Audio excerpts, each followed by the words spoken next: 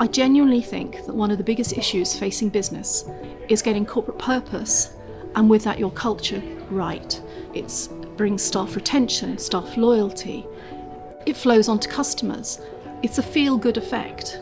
And in times of uncertainty, to know that work you're secure and you're safe and you're treasured, that's got to be magic. So there's going to be a big focus on creating amazing workplace culture, benefits that work for you wherever you are in your career, and scoping a future that people really want to be part of.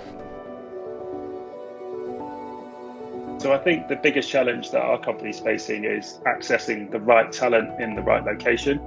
We're finding it incredibly tough in a lot of our markets to source that talent that suits our business, that understands our business. But in that, there's also a challenge around how do you find great talent with that diversity of thought, of perspective, of experience that can help to drive your business forward in the years to come.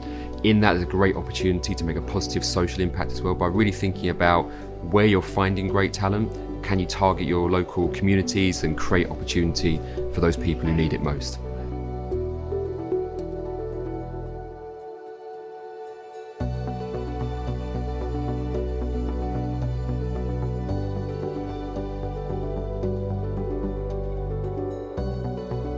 From my perspective, the biggest challenge is taking scarcity value down the road to abundance. So historically, business was all about keeping something scarce, and now we have abundance everywhere. Abundant workforce, abundant data, abundant services. How do businesses adapt to that, and how do we capture that abundance to scale our business models? The pressure towards sustainability is now no longer coming just from activists, Gen Z, retailers, government, regulators. It's coming from the investment community. That's going to be the key driver of change, and they're not going to tolerate sustainable performance that doesn't drive commercial performance. So in a world of ever-increasing citizen activism, how can companies truly engage with their employee activists in meaningful and authentic ways globally to create momentum and positive change for the better?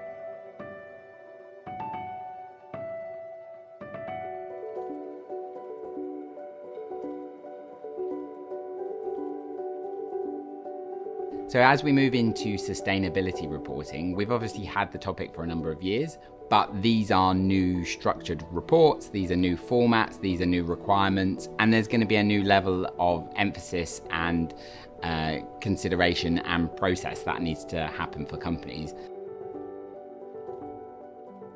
Quite strong ESG commitments have been made over the last couple of years. Being able to demonstrate not only that you've delivered on those commitments, but also measure the impact of the commitments as well is going to be increasingly important.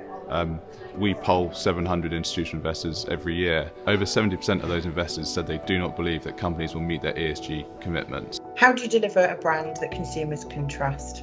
In the context of rising prices, global supply issues, these can become a big focus. But actually, we want to be able to trust brands, and authenticity is a great vehicle to achieve this.